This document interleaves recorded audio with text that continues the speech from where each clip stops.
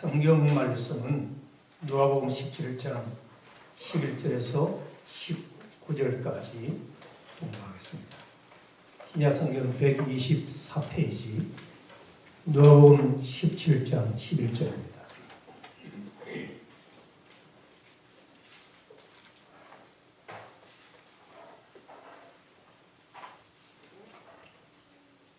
함께 공부하시겠습니다. 시작.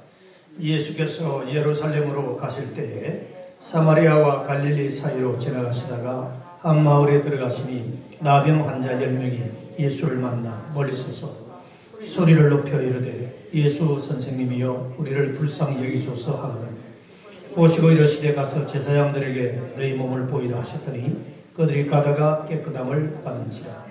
그 중에 한 사람이 자기가 나은 것을 보고 큰 소리로 하나님께 영광을 돌리며 돌아와 예수의 발 아래에 엎드려 감사하니 그는 사마리아 사람이라.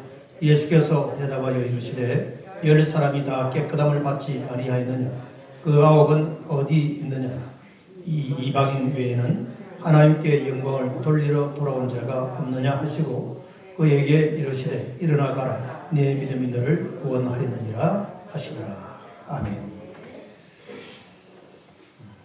할렐루야. 오늘은 모든 교회에서 지키는 추수감사주일입니다. 미국을 비롯한 서방 기독교 국가에서는 추수감사절기가 되면 대대적으로 국민들이 이 절기를 의미 있게 지키고 있습니다. 우리가 날마다 항상 하나님께 감사해야 하지만 특별히 오늘 같이 추수감사주일로 지키는 날에는 더더욱 하나님의 은혜에 감사해야 할 것입니다. 그도 그럴 것이 올해는 코로나19 때문에 참 많이 불편하고 온 세계가 긴장 가운데 지금 살아가고 있는데 그럼에도 불구하고 우리의 생명을 지켜주시고 가정을 지켜주시고 또 교회를 지켜주시고 이 나라 민족을 지켜주신 하나님께 감사해야 할 것입니다.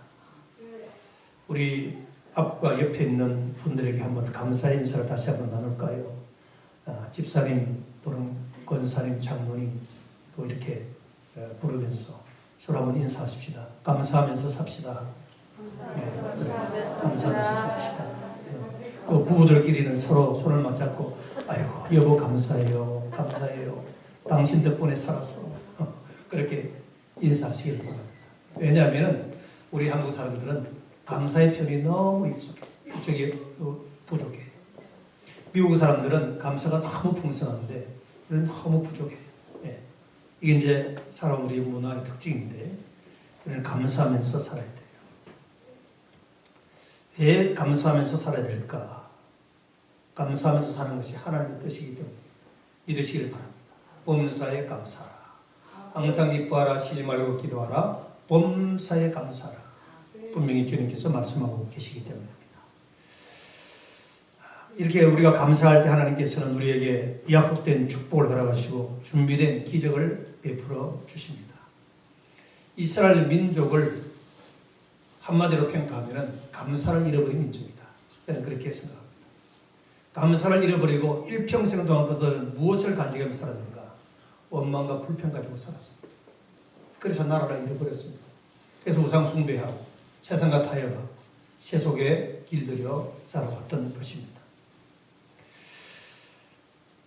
추수감사절을 우리가 역사적으로 보면은 미국의 청교도들에 의해서 처음 시작되었는데 영국교회의 신학과 조직, 제도, 의식의 불만을 품은 청교도 102명, 남자 78명, 여자 24명이 신앙의 자유를 찾아서 미국으로 건너가게 되는데 그때가 언젠가 하니 1620년 9월 메이플라워를 타고 장장 2개월 넘게 하교를 한 끝에 그의 1620년 11월 21일 지금으로 하면 셋째 주일이죠. 21일 65일 만에 미국 동쪽 매사추세츠주 폴리머스 항에 상륙을 하게 된 것이 이 청교도들이 미국으로 건너가서 추수감사절을 지킬 수 있는 역사적인 배경이 되는 것입니다.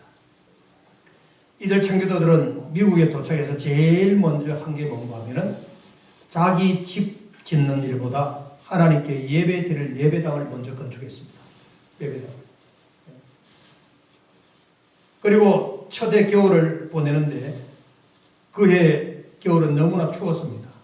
그들은 추위와 굶주림과 싸워야만 했던 것입니다.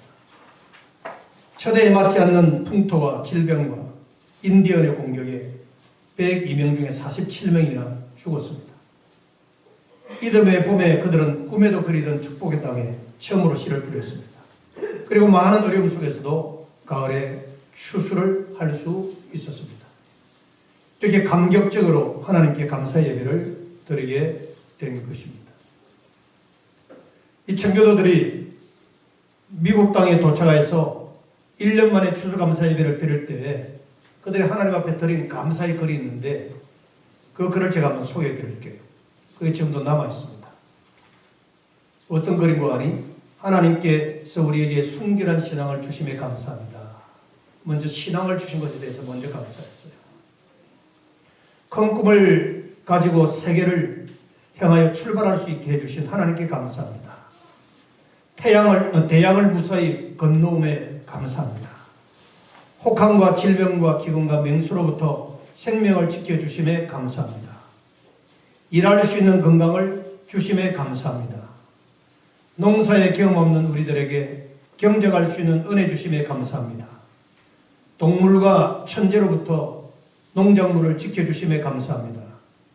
우리가 분열하지 아니하고 일심단결하여 농사를 짓고 아름다운 첫 열매를 수확케 하신 하나님께 감사합니다.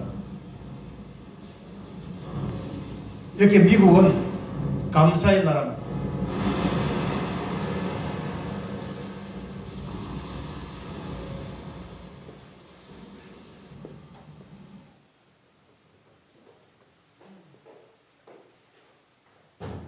이들의 인사가 아예 땡큐라고 하는 그러한 인사가 이거 뽑아주세요.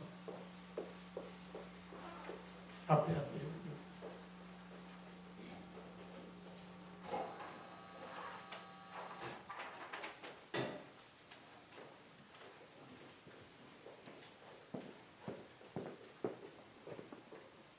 예배 못 드리도록 여러 가지로 많이 방해를 하네요.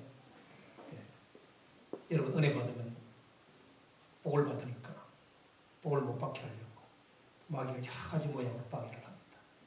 프로젝트도 안 나오게 하고. 자, 이렇게 감사의 말이 축복의 열매가 되어서 미국을 축복의 나라로 만들었고 세계에서 가장 잘 사는 나라가 되었습니다. 이렇게 감사는 기적을 일으킵니다. 감사는 개인과 가정과 나라와 민족을 축복으로 인도합니다.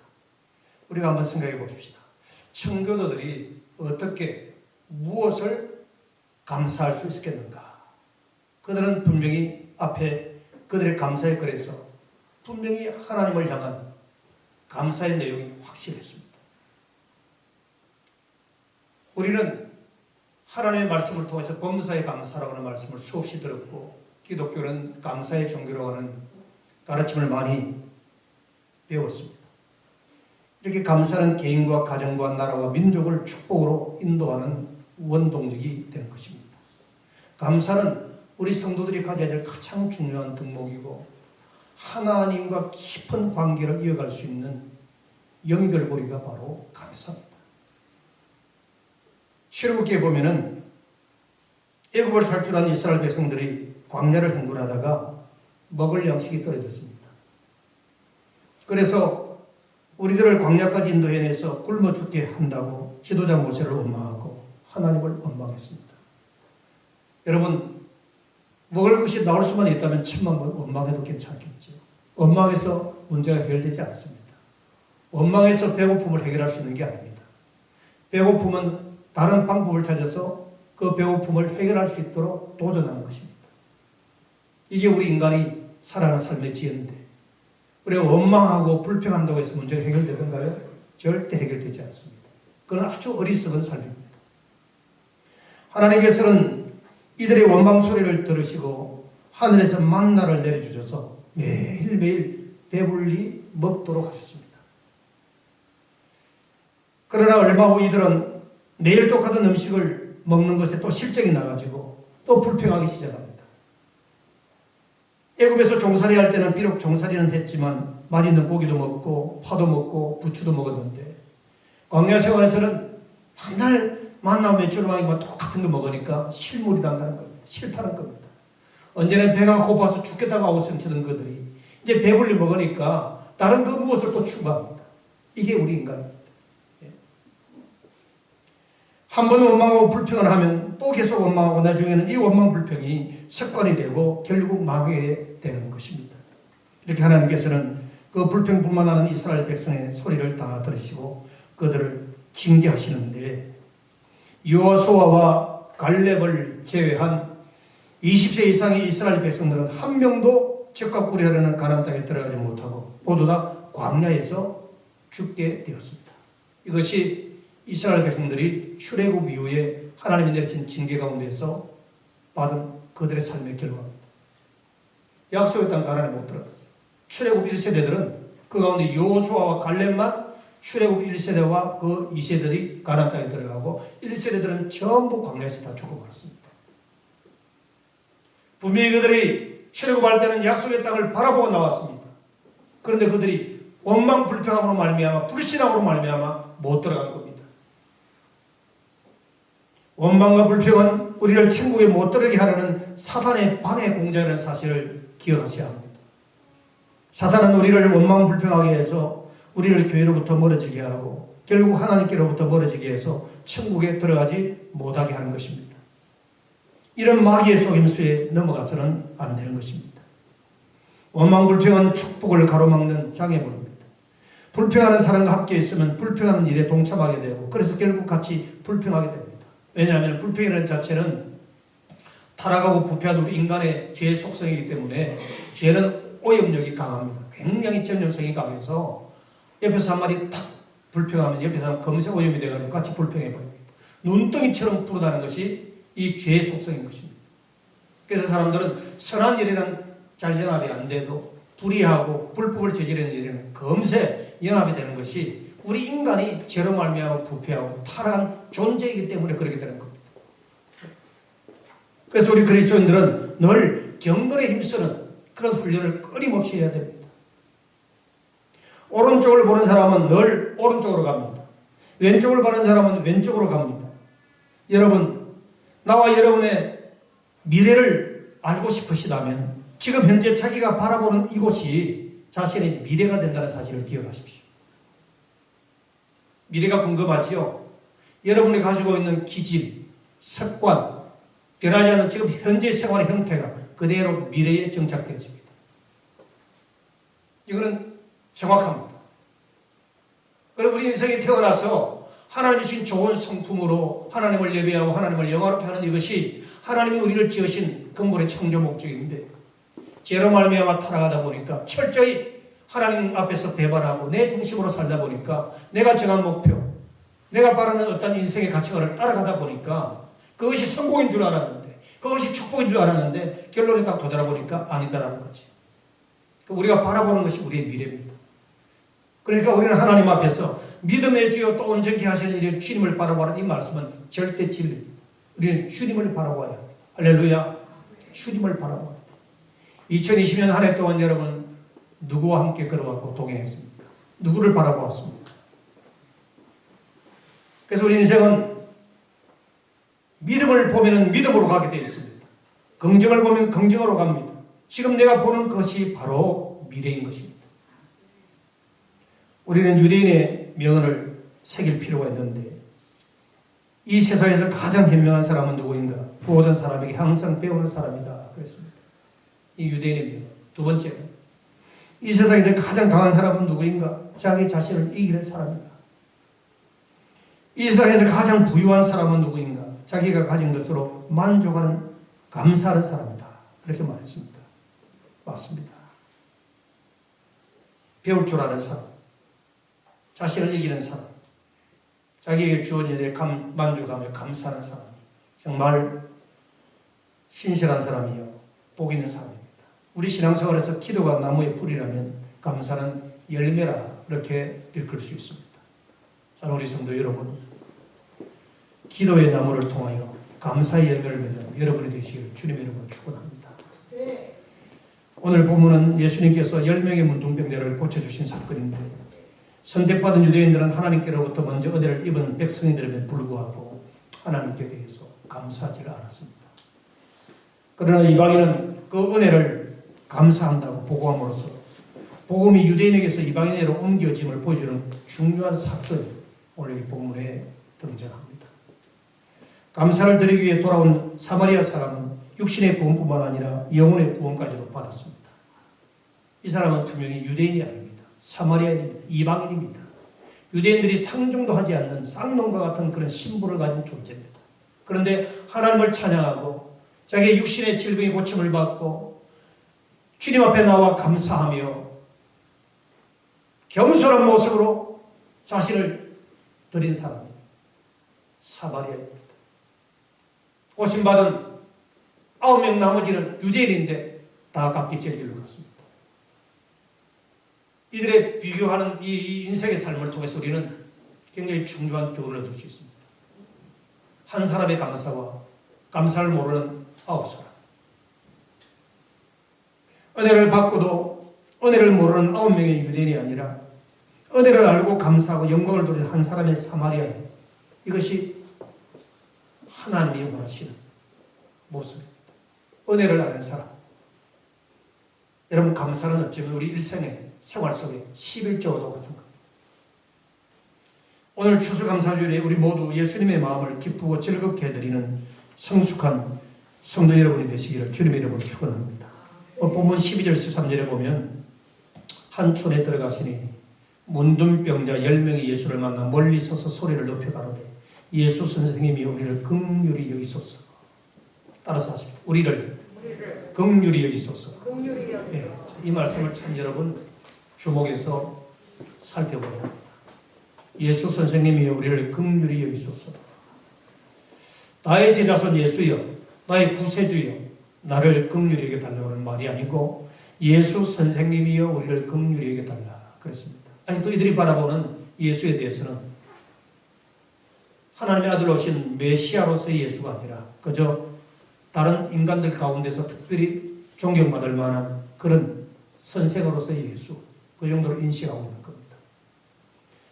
여러분, 이 문둥병이라고 하는 것은 만성전염병 가운데 하나인데 몸속 세균의 활동으로 눈썹과 뺨과 코와 귀에 결절이 생겨서 손과 발의 경우는 관절이 녹아서 손가락과 발가락이 떨어져 나가고 피부에는 탈색 반점이 생기고 또 바늘에 찔려도 그 한 부에 전혀 통증을 느끼지 못하는 무감각한 그러한 질병이 무서운 문둥병입니다. 요즘은 한센병이라 이렇게 고쳐 부르는데 레위기 13장 45절 46절에 보면은 문둥병자로 판명된 사람들이 취해야 될 조치법이 있어요. 처신법이 있는데 첫째 옷을 찢고 머리를 풀어야 됩니다. 옷을 찢고 머리를 푸는데 이는 지극한 슬픔과 애통을 표현하는 히브리적인 방법입니다. 그런 사람을 보면 저 사람은 문둥병에 걸린 사람이겠구나 금방 아는 거죠. 두 번째로는 이 위 입술을 가리는 거예요. 이 입술을 가리는데 자기 입술을 치는 행위로 극심한 자기 비하를 나타내는 겁니다. 자기 위 입술을 치면서 자기 비하를, 자기를 완전히 비하시키는, 낮추는 그런 행위. 세 번째로는 부정하다라고 외쳐야 됩니다. 그냥 조용히 부정하다가 아니라 주변 사람들이 들을 수 있도록 부정하다 이렇게 외쳐야 돼요. 왜 그런 거 아니? 자신이 부정한 문둥병자임을 소리침으로써 주변 사람들이 자기에게 접근하지 않도록 그렇게 해야만 했습니다. 그러니까 이 문둥병에 걸리면 얼마나 고통스러운지 아시겠죠? 자기를 비하시켜야 되고 입술을 가리고 자기를 부정하다라고 이렇게 외쳐야 되고 그 다음에 진 밖에서 살아야 됩니다. 함께 가족들과 살 수 없어요. 격리된 채 살아요. 격리되어서. 나을 때까지 격리된 채로 살아야 됩니다. 그래서 이스라엘의 마을에는 거룩하신 하나님이 임재하고 계시기 때문에 거룩하신 하나님이 임재하신 그 마을, 그곳에 부정한 질병을 가진 자가 함께 섞여서 살 수 없다는 거죠. 거룩한 이스라엘 공동체이기 때문에 이 거룩한 이스라엘 공동체를 더럽히면 안 된다는 겁니다.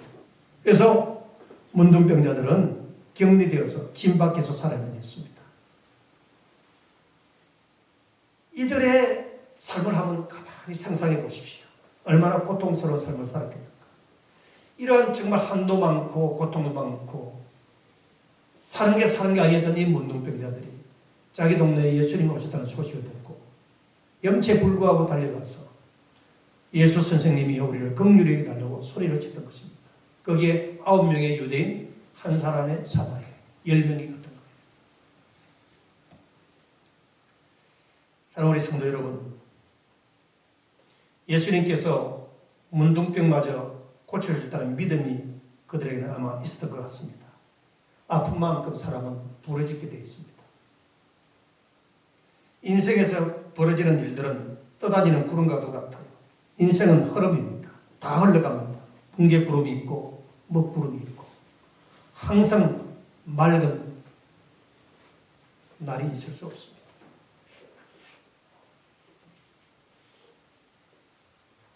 우리가 어떤 삶 속에서 힘든 어려운 삶이 있어도 먹구는 것 같고 뭉개구는 것 같은 그런 어려움이 있어도 그것 때문에 우리가 낭망하지 말고 그냥 지나치십시오.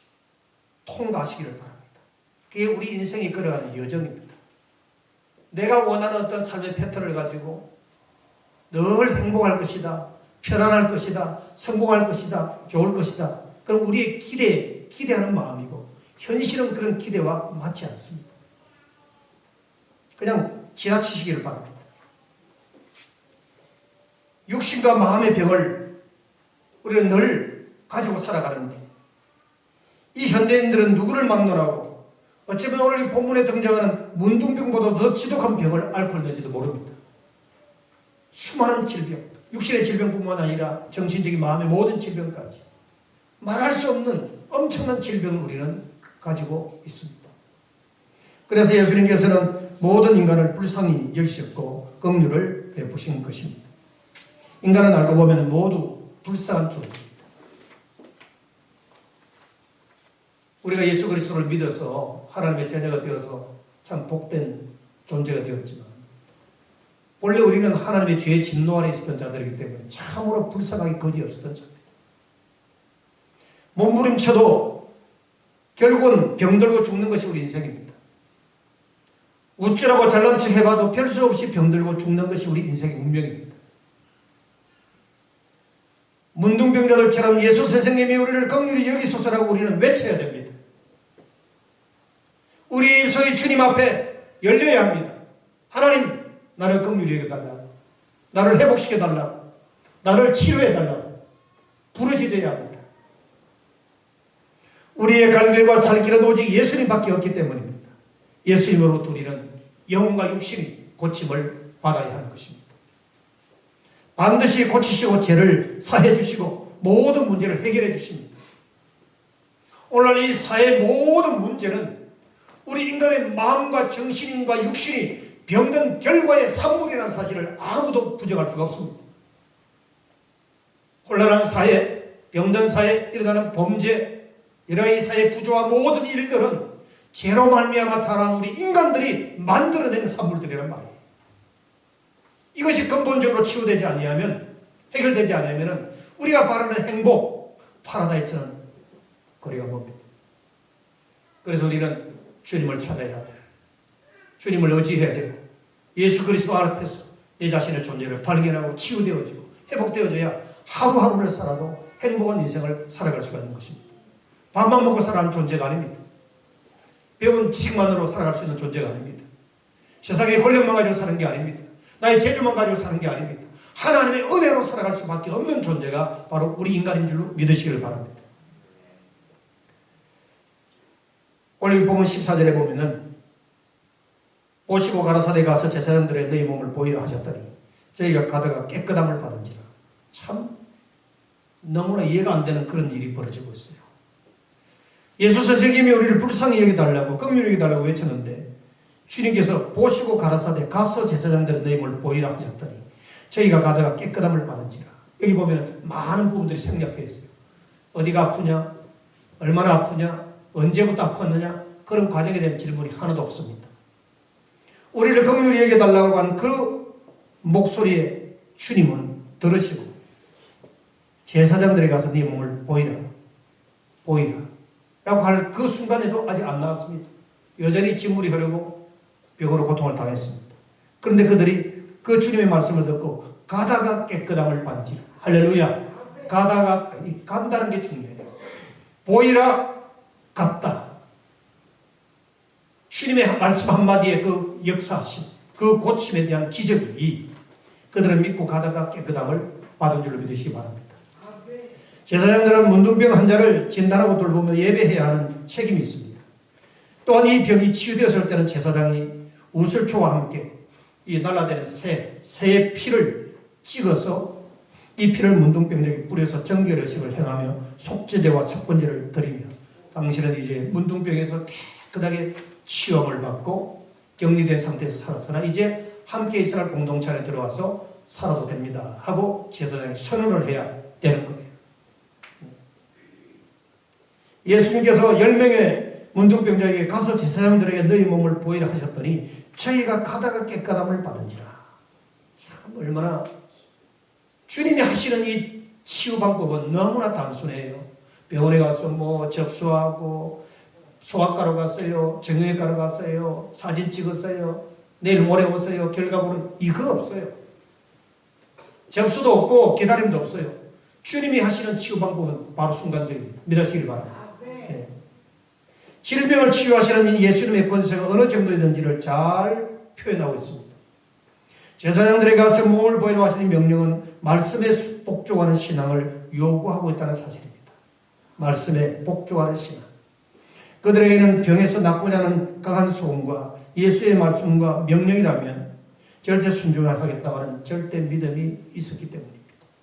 따라서 병이 아직 낫지 않았음에도 불구하고 제사장에게 몸을 보이라고 하는 그 말씀을 그대로 순종함으로써 병 고침의 기적을 경험하게 된 줄로 믿습니다. 이렇게 말씀에 대한 믿음과 순종이 건강한 사람들로 바뀌게 하셨습니다. 그런데 우리는 육신만 건강하게 되겠습니까? 우리의 정신과 우리의 이 마음이, 속사람이 더 건강해야 합니다. 더 건강해야 합니다. 믿고 순종하면 영혼과 육신이 고침을 받고 건강이 회복되는 줄로 믿습니다.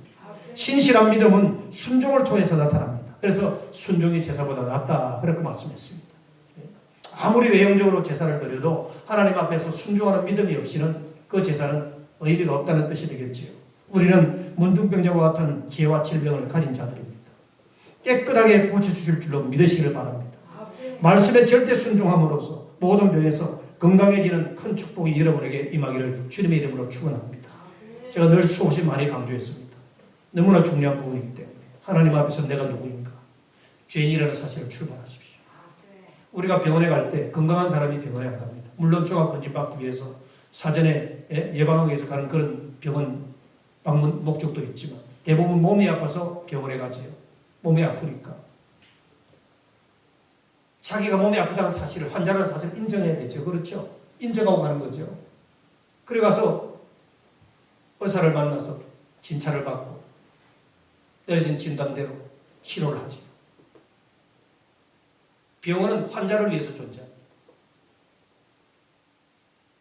예수 그리스도께서 이 땅에 오신 목적도 죄인된 우리를 구원하기 위해서 오셨는데 우리는 하나님 앞에서 그 누구도 부정할 수 없고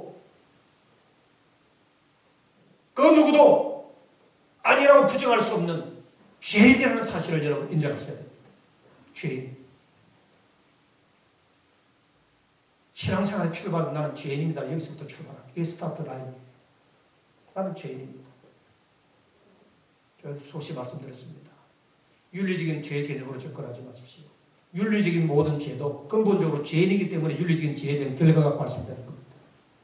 근본적으로 죄인이기 때문에 남을 속이고 죽이고 불의를 행하는 거예요. 근본적으로 죄인이기 때문에. 내 마음속에 있는 품고 있는 이 죄는 사회법에 대하여 통제를 안 받습니다. 행위 결과에 의한 그것에만 사회법으로 우리가 통제를 받고 책임을 져야 되지. 근본적으로 우리는 죄인이란 말이에요. 이 죄 문제를 해결하기 위해서 예수님 오셨거든요. 그 은혜로 우리는 구원을 받았거든요. 그 구원받은 자가 하나님 앞에 드리는 절기가 감사절기입니다. 믿으시길 바랍니다. 단순히 뭐 농사해서 주신 은혜 감사드리는 그런 정도로만 생각하시면 안 돼요. 추수감사절기. 우리는 하나님 앞에 구원받은 영적인 생명의 열매요.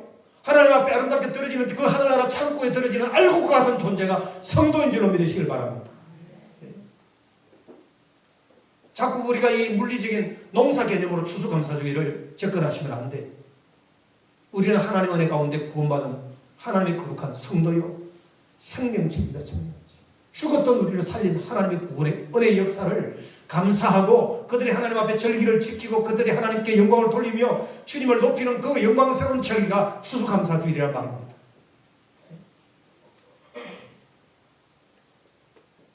그래서 우리는 항상 하나님 앞에서 신실한 믿음으로 순종하는 삶이 나타나야 합니다. 본문 15절 19절에 보니까 그 중에 하나가 자기의 낳은 것을 보고 큰 소리로 하나님께 영광을 돌리며 돌아와 예수의 발 아래 엎드려 살해하니 저는 사마리아인이라. 예수께서 대답하여 가라사대 여러 사람이 다 깨끗함을 받지 아니하였느냐? 그 9은 어디 있느냐? 이 이방인 외에는 하나님께 영광을 돌리러 돌아온 자가 없느냐 하시고 그에게 이르시되 일어나 가라. 내 믿음이 너를 구원하였느니라 하시더라. 여러분 9명의 유대인 문둥병자들은 고침받은 은혜를 잊어버리고 자기 갈 곳으로 가버렸습니다. 그러나 사마리아인 문둥병자는 고침받은 은혜를 알고 예수님께 사례를 드리고 하나님께 영광을 돌렸습니다. 여기 사례는 단순한 그냥 인사치레의 감사의 말이 아닙니다. 깊은 한의와 감격에서 넘쳐나오는 진정성 있는 진실한 감사의 고백인 것입니다. 돌아와 주께 경배하고 감사해줄 때 60만 뿐만 아니라 영혼의 구원을 받게 된 줄로 믿으시기 바랍니다. 간혹 어떤 분들 가운데 목사님 우리 집에 이런 어려움이 있어요. 내가 육신의 병이 이런 질병이 있어요. 이런 사업에 어려움이 있는데 이거 사업이 잘 되면 하나님 앞에 교회 앞에 이렇게 충성 봉사하겠습니다. 내 몸이 이렇게 고침받고 나오면 정말 하나님 앞에 열심히 신앙생활 하겠습니다. 그럼 그 말하는 목사가 아멘하고 믿어야지. 에이 이렇게 하겠어요? 믿어야죠. 그런데 정말 그렇게 해서 하나님 앞에 받은 은혜 감사해서 헌신봉사하고 일생을 정말 보람되게 사는 사람인가 그 말을 부도내고 도망가는 사람도 많습니다. 별로 안 언제 그랬냐는 뜻이 마치 이스라엘 백성들이 출애굽 이후에 광야 생활이 힘들어서 모세에게 덤비는 것처럼 그 은혜를 다 망각해버리고 현실적인 어려움 때문에 또 원망 불평하는 감사를 잃어버리는 그러한 우리의 이 연약한 속성이 우리에게 있습니다. 일단 여러분 오늘 설교를 통해서 위로받고 싶지요. 진단이 되어져야 위로가 됩니다. 먼저 진단이 되어져야 회복이 됩니다. 내 자신을 먼저 깨닫고 알고 반성하고 회고를 해야 새로운 미래가 보이는 것입니다. 인생은 항상 회고할 줄 아는 지혜가 있어야 현실에 대하여 잘 우리 삶을 지혜롭게 극복하고 미래를 준비할 수 있습니다. 2020년을 한번 회고해 보십시오. 어떻게 우리가 살아왔는지, 지금 내가 정상적인 신앙생활을 하고 있는지, 목사로서의 그 직에 걸맞게 목회를 하고 있는지, 중직은 중직에 맞는 걸맞는 그런 신앙생활을 하고 있는지, 무리만 예수쟁이는 아닌지, 주변 사람들이 바라볼 때 나에게 예수 믿고 싶은 마음이 생기고 있는지, 내가 던지는 한마디 복음 앞에 그들이 신뢰를 가지고 있는지 돌아보자고.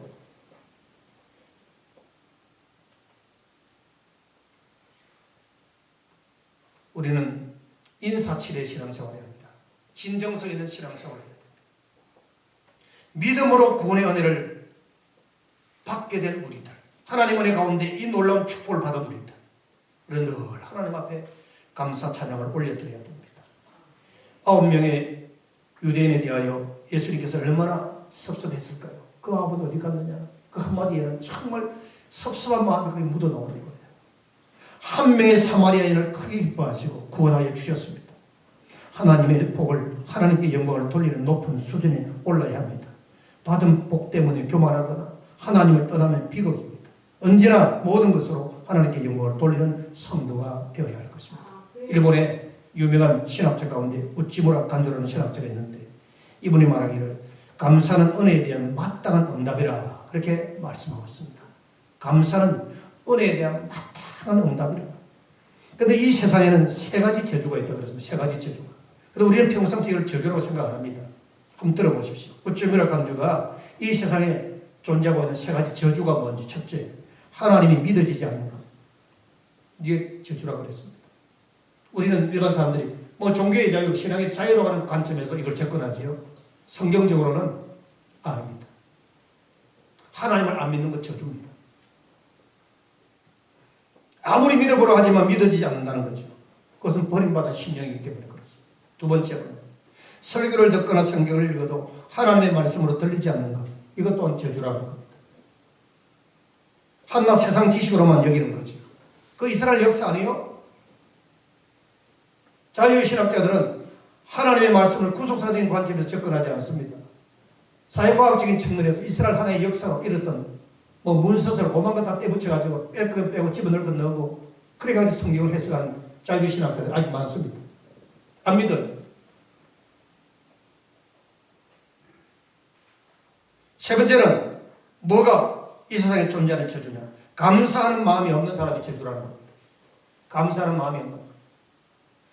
원망과 불평이 가득한 삶을 사는 이것이 저주 자체라는 겁니다. 이 우찌무라 강조한 얘기입니다. 내 삶의 가장 큰 잘못은 매 순간을 감사함으로 해석하지 못하고 온통 불평과 원망으로 해석하는 것이지요. 왜 지금 이 순간 삶에 감사하지 못하는 걸까요? 성경은 말씀하기를 항상 기뻐하라, 쉬지 말고 기도하라, 범사에 감사하라는 말씀을 했었죠. 이는 그리스도 예수 안에 너희를 향하신 하나님의 뜻이라 그랬습니다. 믿으시면 아멘 하십시오. 이게 하나님의 뜻이에요. 항상 기뻐하고 쉬지 말고 기도하고 범사에 감사하는 것이 하나님의 뜻이랍니다. 하나님의 뜻. 하나님의 뜻이 무엇인지 알 때 감사하며 살게 되는 것입니다. 그러니까 감사는 하나님과의 영적인 관계가 원만하게 이어져 갈 때 감사하게 되어 있는 것입니다. 내가 원망 불평이 나오면 하나님과의 영적인 관계가 지금 고장이 났다. 그렇게 생각하면 됩니다. 차가 굴러가다가 삐걱삐걱 소리 나듯이 지금 오늘 우리 이 앰프 시스템이 좀 안 좋은 것처럼 굉장히 불편하잖아요. 그렇죠? 우리 인생이 고장나면 나도 불편하고 다른 사람에게도 불편하게 되어 있는 것입니다. 이 세상의 모든 문제는 인생이 살아가면서 만들어낸 불편의 문제를 우리는 문제라고 그렇게 말합니다. 불편을 주기도 하고 받기도 하고. 고장이 나니까, 인생이 고장이 나니까 고장난 채로 막 좌충우돌하면서 살아가는 것이 이 사회 구조입니다. 좌충우돌하면서 이해관계에 확 얽히고 사기치고.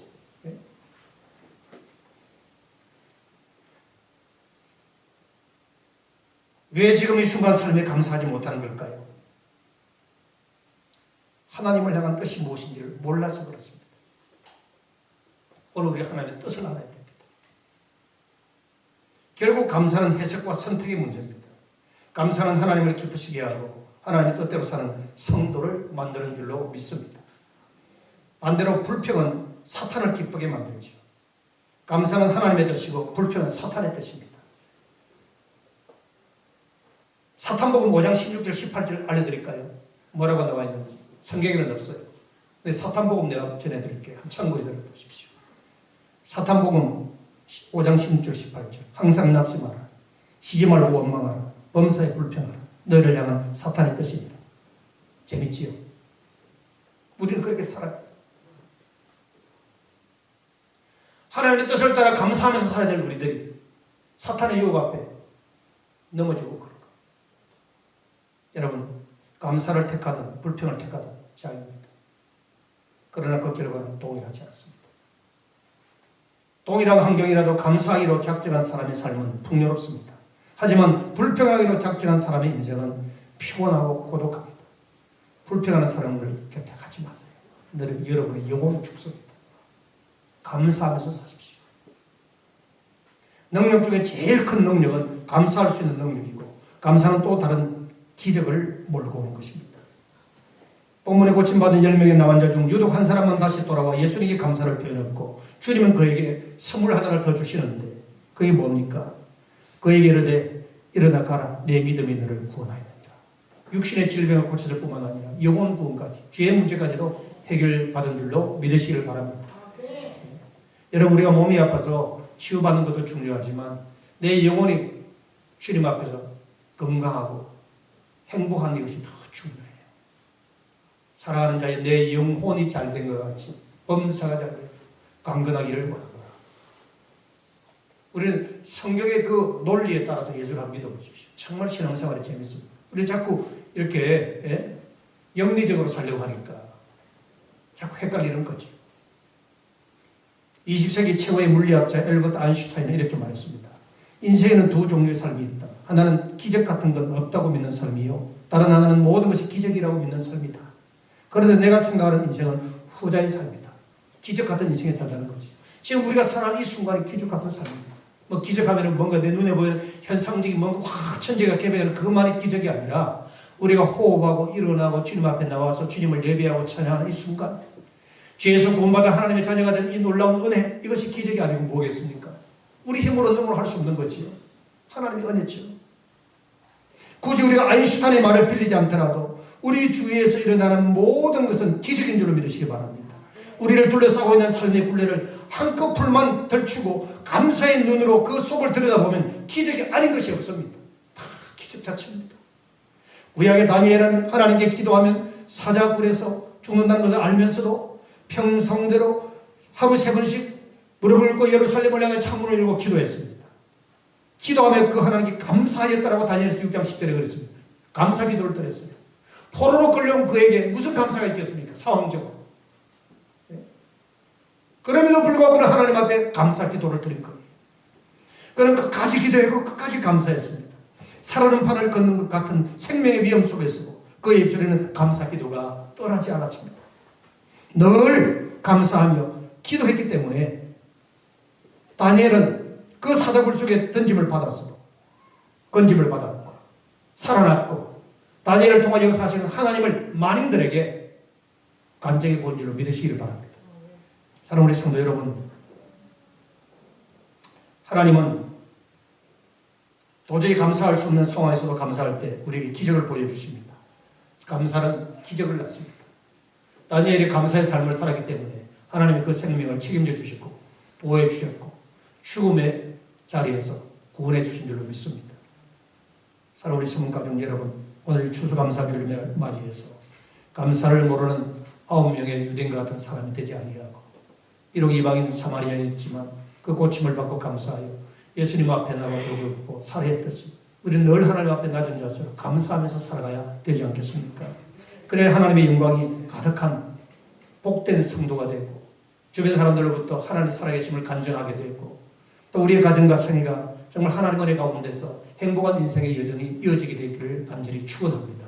사랑하는 우리 성도 여러분들이요, 오늘 우리 추수감사주일을 맞이해서 우리의 감사생활을 한번 점검하고 남은 이 한 해도 감사하며 살아갈 수 있기를, 우리 일생을 감사하면서 살아갈 수 있기를 주님의 이름으로 간절히 부탁을 드립니다. 기도하십시오. 사랑의 아버지 하나님, 항상 범사에 감사하며 주님을 찬양해야 될 저희들임에도 불구하고 삶 속에서 겪는 어려움 때문에 저 광야 여행 중에 있던 이스라엘 백성들처럼 원망하며 불평했던 우리의 불신앙을 회개합니다. 용서하여 주시고 늘 주님 앞에 감사하며 주님께 찬양과 영광을 올려드리는 우리 모두가 될 수 있도록 축복하여 주옵소서. 예수님의 이름으로 기도하옵나이다. 아멘.